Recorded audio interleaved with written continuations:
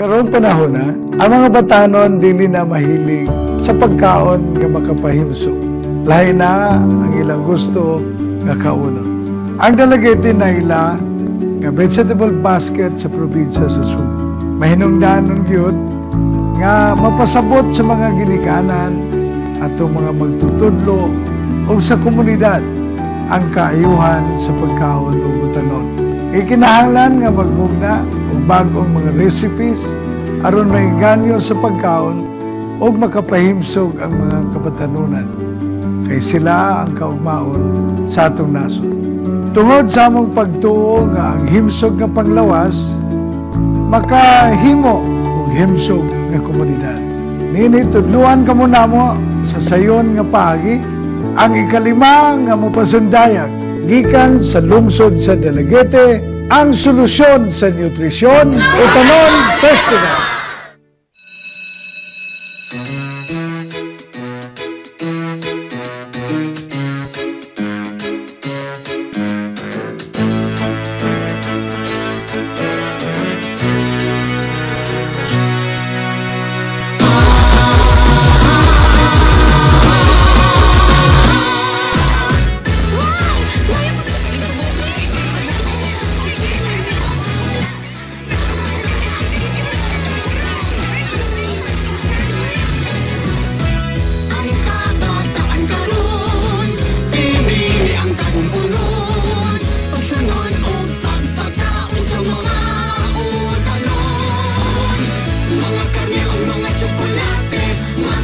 Nila ang chicken crispy na unsa na ni kabataan atog yung pahinungdungan ang kamahingdanon sa atong mga utanon hinsog og luwas nga kanunon.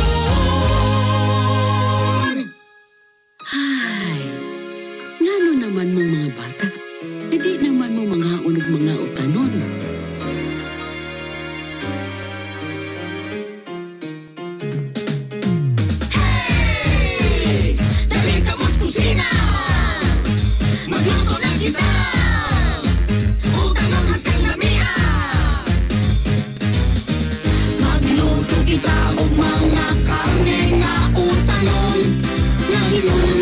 Masabi doon, hotdog o banta mga junk foods nga mura o karne pare sa tingnan mga kalamansi puri-paris, fries, gikan sa labot mong paborito sa mga batanon.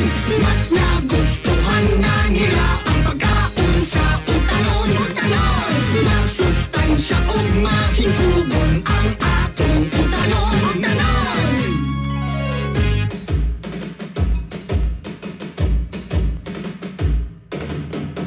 Ang utanon sa Dumaguete, ang utanon sa Dumaguete. Subuan ang bahagi, halaga na tugikan sa Dumaguete. Gigapit ang tanan, labi na ang mga kabataan, mamukaunog lagot mga lamian, arumong hinsog ang kalawasan. Ang mga dalagit nun, magpagarbuhan sa mga utanon. Hindi sa Dumaguete at makita, presko nga utanon nga nagkadaiya. Utanon, utanon, utanon, maugimi ang hiyas ka Dumaguete. Panginabuhi nga malambuon, mahinsugo na nga tong kaugmaon. Sa Dumaguete mga tukita, mamalit kita sa utanon nila. Alang sa hinsog nga kalawasan, alang sa hinsog nga katiling